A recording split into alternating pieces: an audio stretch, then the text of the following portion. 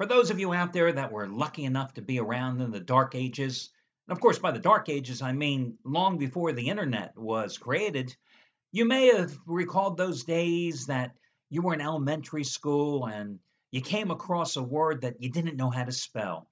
And perhaps you hit up your elementary school teacher or maybe a parent or maybe an older sibling and you asked them how to spell a particular word. The most common response you probably got was, look it up yourself in the dictionary. How are you going to learn to spell if you don't look up the word? And most likely, on more than one occasion, you probably were left a little perplexed, a little confused, maybe even muttering under your breath, going, how am I supposed to look up a word in the dictionary when I don't know how to spell the word? That's why I asked for your help in the first place. It makes sense, right? I was thinking of that today, that ultimate catch-22 that we ran into as kids, when for the umpteenth time, probably just this week alone, I couldn't find my damn glasses as I was trying to finish my work because I'm both nearsighted and farsighted. and, uh, and it prevented me from finishing my work, prevented me from getting this video report out any sooner because magically, it's amazing to me how many times that my glasses just disappear in the house. Now, of course, it's not my fault. No, it's not my fault at all because it's something about my hand taking my glasses off and my hand absent-mindedly puts them down on the desk, puts them down on the countertop, puts them on the kitchen table, puts them on a book, puts them on top of the TV, puts them someplace. Not my fault. It's my hand's fault. It's the glasses' fault. It's my wife's fault because she did not see where I put my glasses when I yelled down the steps. Hey, honey, do you know where my glasses are?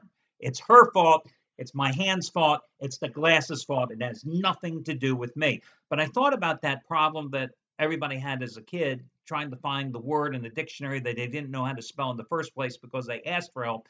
Because when you're blind as a bat, how the hell are you supposed to find your glasses when you can't see in the first place? So after I wandered around the house and I looked 15 minutes today, literally 15 minutes for my glasses. And then, of course, where were the glasses sitting? Well, I can tell you right now, the computer's right here because I'm talking to you into the computer. The glasses were right there next to the computer where somehow magically my hand put the glasses there probably earlier today. I don't remember doing it. It wasn't my fault at all, but it was my hand's fault. But my wife wasn't home, so I can't blame her. And of course, I can say this because she's not around to hear this video report either. Have I talked about our video poker addiction lately? Haven't talked about that. So that'll be maybe for tomorrow's video report. Got to go see my surgeon again tomorrow. Got to get the latest bad bit of news from my surgeon. Let's see, had the surgery in December. Can't wait to see how my surgeon, who is absolutely the worst handicapper in the world, will give me the latest bad news about his projection about when I'll finally be healed. Okay, let's talk about today's complimentary play. Hey, let's talk about last night's game, first of all, between the Cavaliers and the Celtics. Great game.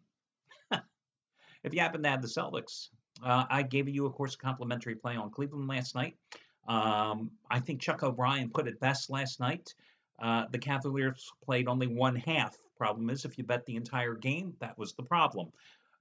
Steve Booty's Cali Cartel, of course, was going for a fourth straight 100-time play last night. Hey, they hit the first three, lost the fourth in a row last night on the Cavaliers, who, of course, fell down by 147 points in the first half before coming up with that magnificent rally in the second half, keyed by Kyrie Irving and LeBron James. And, you know, the Golden State Warriors are just sitting there going, hey, go ahead, go 5, go 6. Doesn't matter to us. Finals are starting June 1st, whether you are ready to play or not. It'll be interesting, though, however, to see how the Cavaliers' struggles here in the first half last night, and of course their total collapse in the second half in game number 3, will ultimately affect the series price for the finals and the game-by-game price at the outset of the finals as well. Because I've already told you that going into game number 3, that I thought, even actually going into the Boston series, that I thought Cleveland was going to take the finals anyway. I just really think that Cleveland is the better team than Golden State, okay? Just the way that LeBron has been playing, the way that the extra rest had certainly benefited the Cavaliers by virtue of their 4-game sweeps of Indiana and Toronto. But seeing how suddenly Cleveland Granted, only 2 consecutive bad halves of basketball, 4 quarters of bad basketball. That's all we're talking about, okay? It's not like I've changed my opinion. I still think Cleveland is the better team.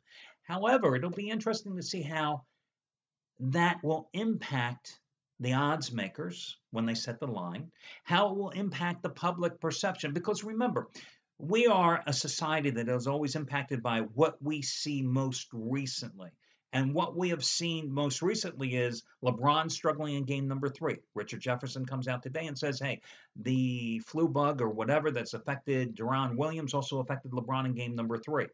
But what I saw is that the Cleveland defense that has been problematic all season long has once again reared its ugly head, ironically, with Isaiah Thomas out in games 3 and 4. Now, some pundits out there have said that the problem is that this Cleveland team that had prepped itself for battling a Boston team that was going to be an Isaiah Thomas-led offense, that the Cavaliers' defensive strategy had been focused on taking one man out, and then suddenly with Thomas sidelined for the rest of the series, that suddenly caused problems for the Cleveland defense because now suddenly they had to be more focused on a Boston offense that was going to be sharing the ball, more even distribution, and that befuddled Cleveland. And their defensive focus was lost. I don't buy into that crap at all. What, you go through an 82-game regular season, you're playing different teams every single night, you're having a different defensive focus every single night. You're telling me Ty Lue and his staff, they're a bunch of morons suddenly, and because, oh my, Isaiah Thomas is suddenly out. Ty and the guys can't figure out, oh, we can't run our blitz defensive strategy because one guy is out. Avery Bradley may have the ball. Marcus Smart might have the ball. Al Hartford might have the ball. And suddenly we can't just focus all our defense on one single 5'10" point guard and we're going to collapse. No, Cleveland's had defensive problems all season long. But again, the public perception is the most recent thought, the most recent thing we've seen. So it'll be interesting to see what happens in game number 1, that line being set for the opening game of the finals, and also the series price.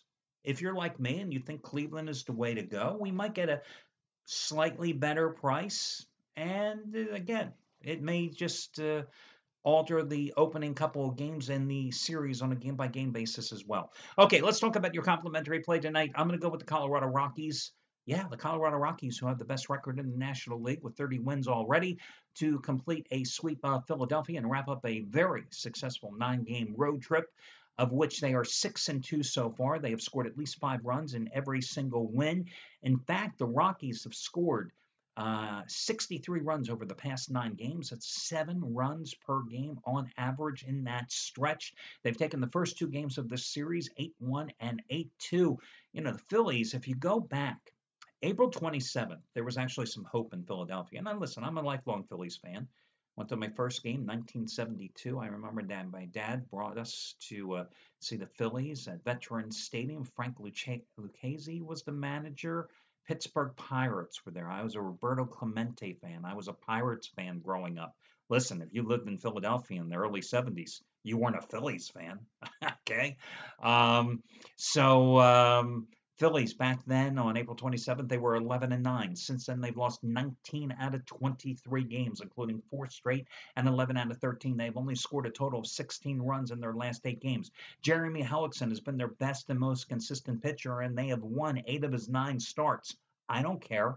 I'm going to go with the Rockies tonight at minus $1.20. They're going with Tyler Chatwood, who last year was one of those guys who had just an amazing road home split differential where in Coors Field he was just awful, but on the road he was dynamite, 8-1 with a 1.69 earned run average. Now this year on the road, not nearly as good, a 3.91 ERA, but again, this is more predicated on backing the Rockies and their bats against a Philadelphia team with holes up and down their lineup, with unproductive batters, with guys who swing at the first pitch no matter where it is in the strike zone.